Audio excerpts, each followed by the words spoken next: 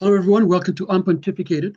Now, this past week, the left has been all up in a tizzy because Jamil Jivani went off to Washington last week to meet with some senior officials, to meet with his friend JD Vance.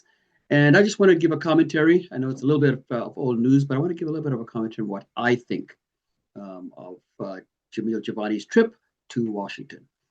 Now, just full thought, I am a conservative, and I had absolutely no problem with Jamil Jivani's trip going to Washington. None at all. And I think that this trip to Washington has more to do with insecurity than it has to do with protocol. I have a lot of people on Facebook and other places where we, talk and and communicate and write our little ditties online. A lot of them were saying, the reason why MPs who are not in government don't just go willy-nilly off to Washington and to other places is because we have protocol.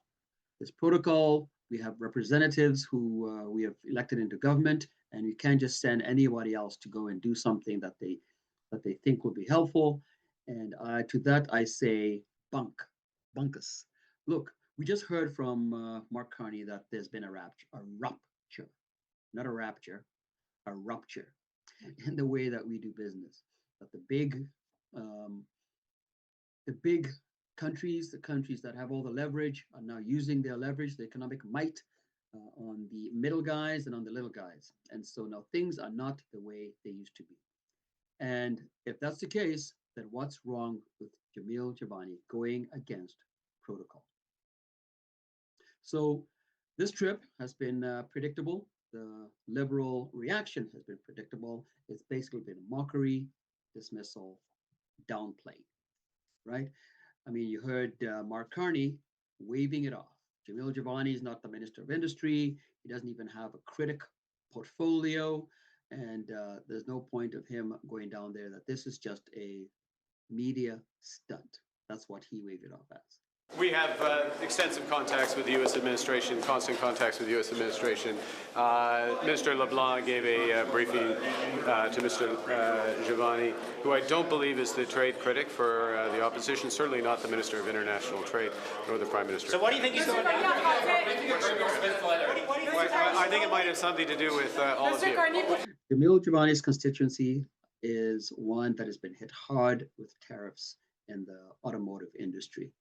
And a lot of his people are losing jobs. In GM there in Oshawa, they're losing 1,200 jobs due to tariffs.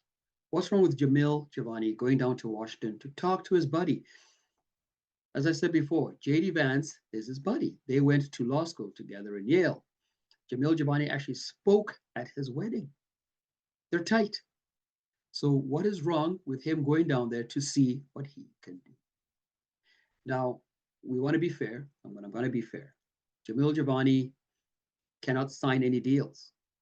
Jamil Jivani, this is not an official visit. He can't negotiate any agreements. And no one is saying that he can. He's not going to go there and speak for Canada, and sign some deal at some table. So he's not going to do that. But he may open some doors. If Jamil Jivani was a liberal backbencher who knew JD Vance as well as Jamil does, they would have no problem with this. I'm fairly clear that if Jamil was a liberal, he would be on Dominic LeBlanc's team in the negotiations. Of course he would. It would make perfect sense for him to be that. So why not, allow him, if you don't want him to go off on his own solo trip, then invite him in. I mean, didn't Stephen Harper just this past week talk about unity?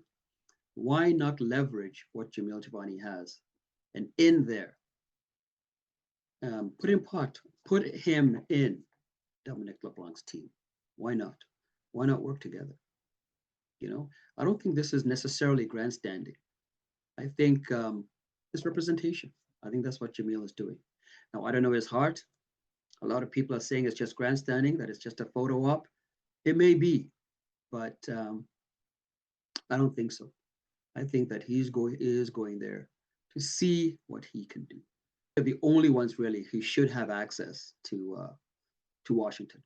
You don't want anyone else to have access. And the fact that Jamil Jivani has gone there show that he has access, that he can meet with JD Vance, that he can meet with other senior officials.